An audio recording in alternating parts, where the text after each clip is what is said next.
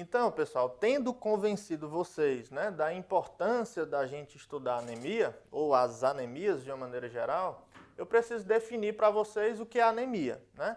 A anemia, pessoal, a síndrome anêmica, né, é diferente da imensa maioria das outras síndromes, que o que é uma síndrome? É um conjunto de sinais e sintomas, né? É claro que a anemia, ela tem os seus sinais, ela tem os seus sintomas, mas diferente das demais síndromes, para eu dizer que um paciente tem uma síndrome anêmica, eu preciso de um dado laboratorial. Para eu dizer que um paciente tem anemia, eu preciso dizer que no homem ele tem menos do que 13 miligramas por decilitro de hemoglobina e na mulher menos do que 12 miligramas por decilitro de hemoglobina. Esta é a definição da anemia. É claro, né, que por compor uma síndrome, né, existem aqueles sinais e aqueles sintomas que são típicos dessa condição. E aqui é um detalhe importante, pessoal, porque existem aqueles sinais, aqueles sintomas que são clássicos, né, de todo e qualquer paciente que tem anemia, e existem aqueles sinais, aqueles sintomas que são específicos de algumas etiologias das anemias. Então, quais são os sinais e os sintomas gerais, né, comuns a todo e qualquer paciente com anemia? Astenia, adinamia, indisposição, cefaleia, palpitações, né? E ao exame físico, a clássica palidez cutâneo-mucosa, né? Que o próprio nome está dizendo. Onde é que a gente flagra essas alterações? Cutâneo-mucosa, ou seja, na pele e nas mucosas. Na pele a gente avalia principalmente a região palmar e as mucosas a gente avalia principalmente a região da mucosa conjuntival. Então, todo e qualquer paciente que tenha astenia, adinamia, indisposição, cefaleia, palpitações e eventualmente tenha também a presença de palidez cutâneo-mucosa, nesse paciente, obrigatoriamente, eu devo colocar no meu diagnóstico diferencial que ele possa ter anemia. Um dado, pessoal, que é muito importante em vários aspectos é a gente entender se o nosso paciente ele tem uma anemia compensada ou uma anemia descompensada. Isso é importante, pessoal, porque isso impacta no raciocínio clínico diagnóstico. Existem algumas doenças que classicamente se manifestam com anemia compensada.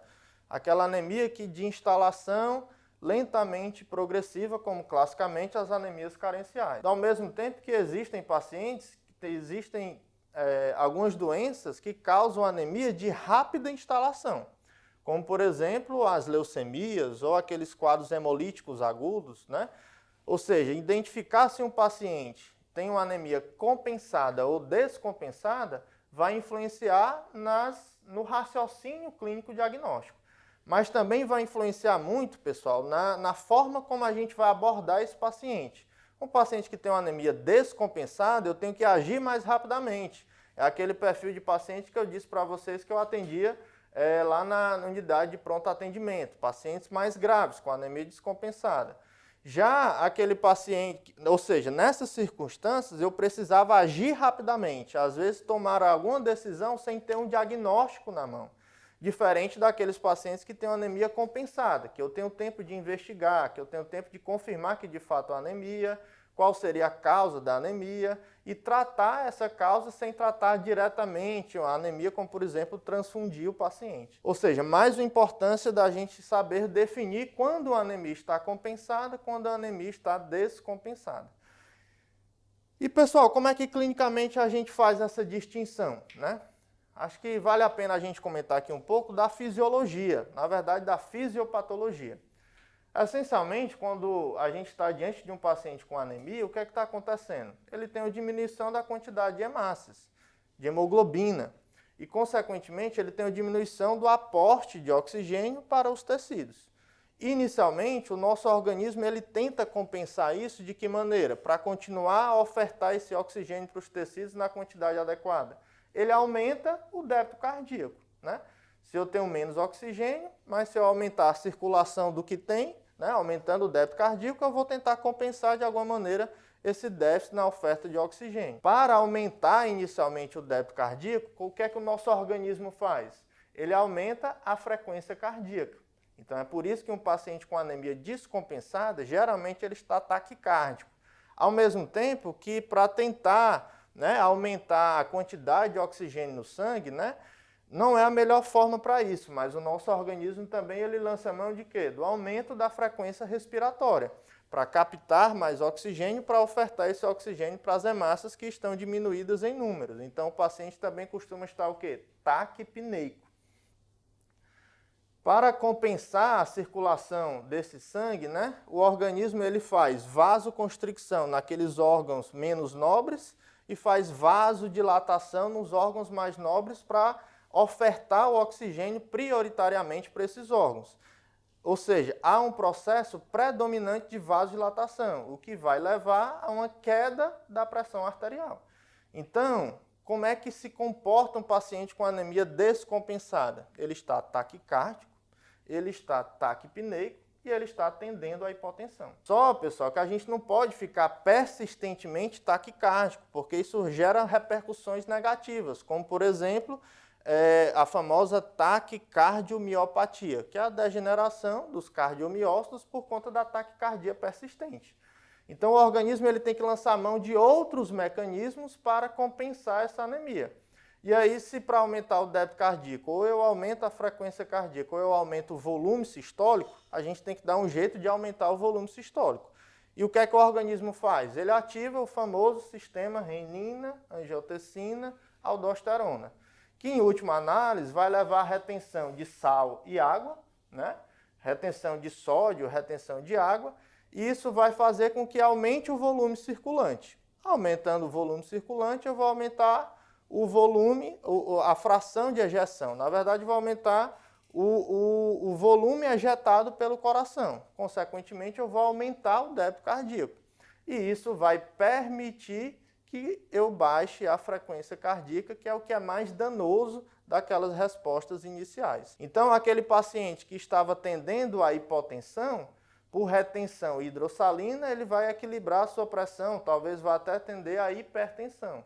Aquele paciente que estava extremamente taquicárdico, ele vai tender a baixar a sua frequência cardíaca.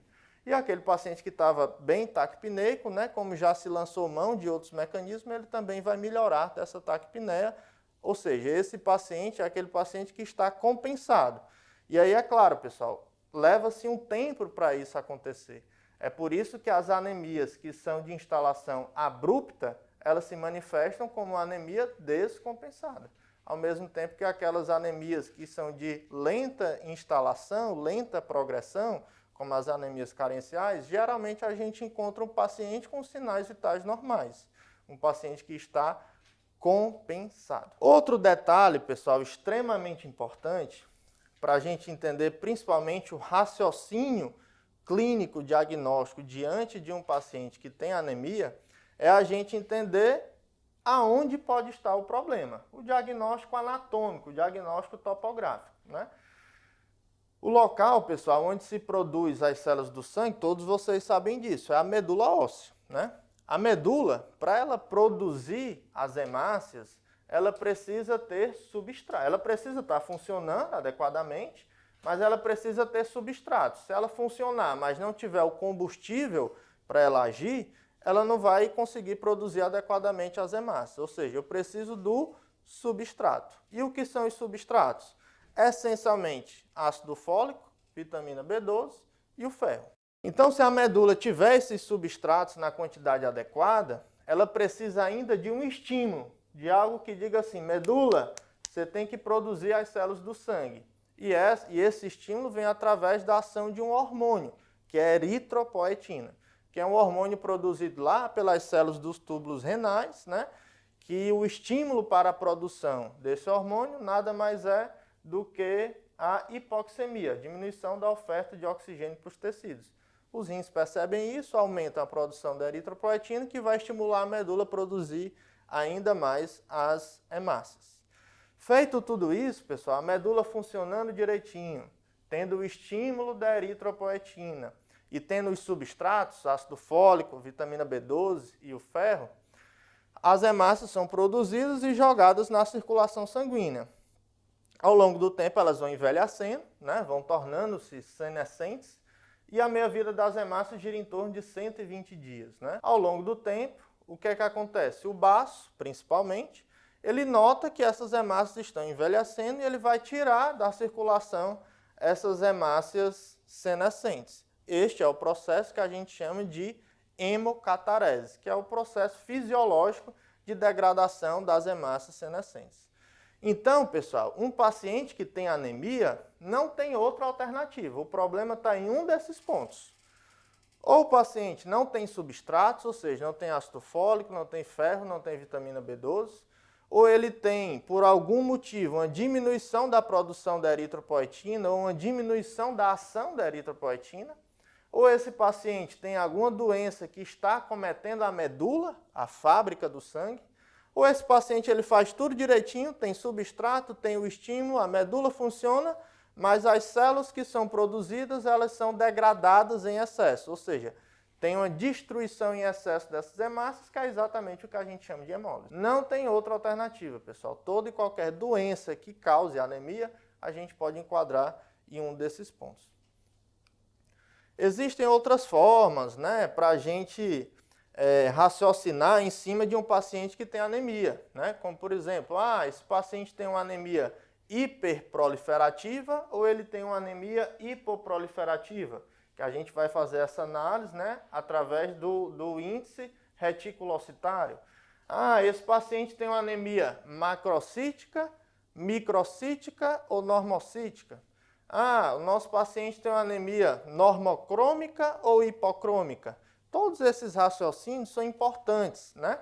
Mas eu diria, pessoal, que essa tabela aqui, ela está exatamente colocando este raciocínio, né? De uma anemia hipoproliferativa, hiperproliferativa, analisando aqui os índices eritrocitários, se é macrocítico, microcítico e por aí vai. Mas podem ter certeza que essas doenças que estão sendo divididas, de acordo com esse raciocínio, a gente vai enquadrar naquilo que eu falei.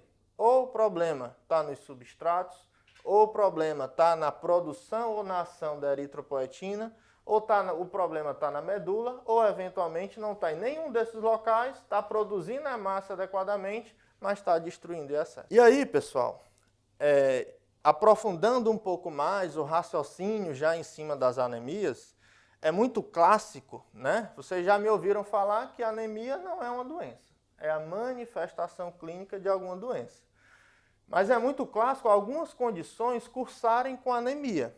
Mas eu preciso mostrar aqui para vocês que nem sempre que um paciente tenha essas condições, a causa da anemia é essa condição que o paciente tem. Se não, vejamos, é muito clássico o paciente que tem doença renal, ele ter anemia por conta da doença renal. Diminui a produção da eritropoetina, isso pode causar anemia. Mas isso não quer dizer que todo paciente que tem anemia e que tem a doença renal crônica, o problema da anemia é a doença renal. Por exemplo, né, uma situação clássica, existe uma doença, um câncer hematológico, que é o mieloma.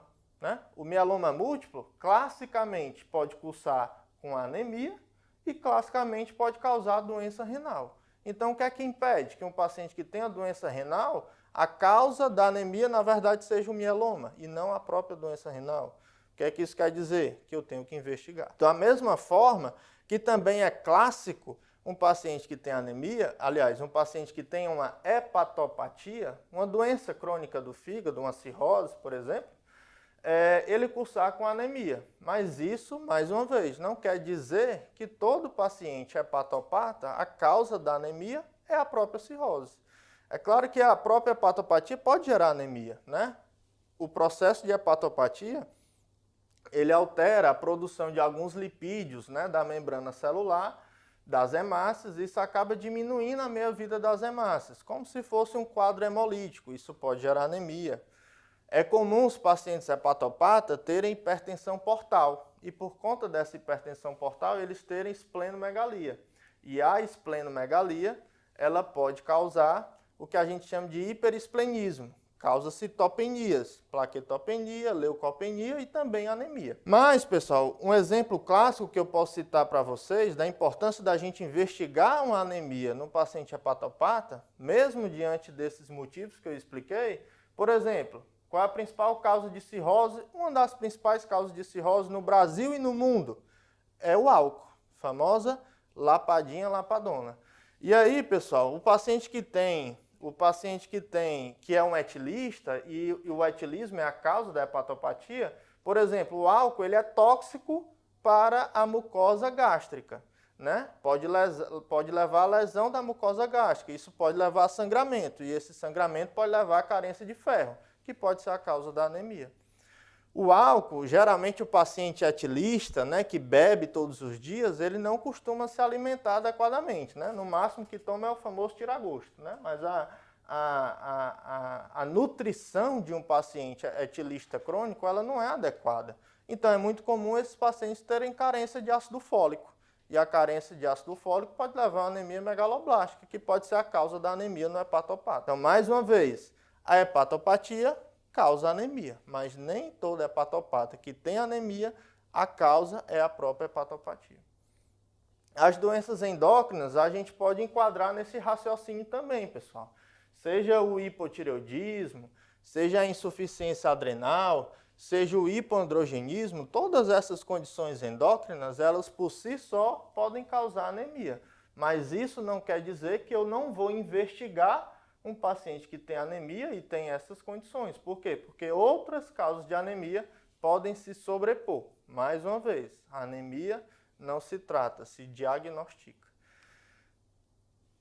Nessa foto, pessoal, esse rapaz que vocês estão vendo aí sou eu, né? Segurando aí a camisa do clube que tem a maior torcida aqui no nosso estado, que é o Ceará. Essa jovem que está aí ao meu lado é a Vanessa, que é a minha mulher. E quem está aí dentro da barriga dela é a Laurinha, né? Que é a coisa mais preciosa que eu e ela temos, né? Mas eu não botei essa foto aí para falar isso, não. Eu botei essa foto aqui para falar o quê? Que a gestação também pode dar anemia. A gestante, ela por si só pode ter anemia, mas porque é clássico, principalmente ali no período do final do segundo e início do terceiro trimestre, há um pico de volemia na gestação, por retenção hidrossalina. E essa retenção hidrossalina gera o que a gente chama de anemia dilucional. Então é muito comum gestantes ali por volta de 28, 30 semanas terem hemoglobina em torno de 9, 10, e isso teoricamente é normal, é esperado, é a famosa anemia dilucional da gestação. Mas isso não quer dizer que eu não vou investigar. Por exemplo, no período gestacional, há uma demanda enorme por substratos, por ácido fólico, por vitamina B12, por ferro. Por quê? Porque o feto está crescendo, né? E há uma demanda enorme desses elementos. Então, se a gestante não aumentar a sua ingestão ou eventualmente fazer uma suplementação, ela pode ter carência de ferro, ela pode ter carência de ácido fólico, e essas carências podem levar à anemia. Mais uma vez, toda e qualquer gestante pode ter anemia por conta da própria gestação, mas isso não quer dizer que eu não vou investigar. Por quê? Porque pode existir outras causas dessa anemia, e essas outras causas precisam ser identificadas e tratadas precocemente. Para finalizar, pessoal, esses dois senhorzinhos que vocês estão vendo aí na foto, essa foto tem algum tempo já, viu, pessoal? Essa foto aí tem pelo menos uns 4 ou 5 anos, por incrível que pareça. Esses senhorzinhos aí, né, que são os grandes mestres que eu tive na minha formação, os demais mestres que eu tive, a imensa maioria deles são discípulos desses que vocês estão vendo aí, né? Esses que vocês estão vendo é exatamente o Dr. Otto Leal e o Dr. Walter Corrêa, né? São os grandes mestres que eu quero aqui homenagear nesse momento dessa aula, porque sem os ensinamentos deles, com certeza aqui eu não estaria, né? E eles não influenciaram somente a minha formação, eles influenciaram a formação de muitos e muitos médicos, e eu acho que eles precisam ser homenageados por isso. Mas eu não botei essa foto aqui para falar somente isso, eu botei para falar que é comum os idosos terem anemia. Às vezes você procura tudo e não acha nada. E a causa da anemia é simplesmente a faixa geriátrica. Mas isso não quer dizer que eu não vou investigar todo e qualquer idoso, todo e qualquer paciente na faixa geriátrica que tenha anemia. Por quê? Porque existem N causas de anemia nessa faixa etária. Então, mais uma vez, apesar de a própria idade causar ali algum grau de anemia, o avançar da idade, obrigatoriamente, diante de um paciente idoso, eu não vou aceitar apenas esse diagnóstico. Eu vou exaurir a investigação e realmente, se eu não encontrar nada, é que eu vou dizer que essa anemia é a anemia do idoso. Ok, pessoal?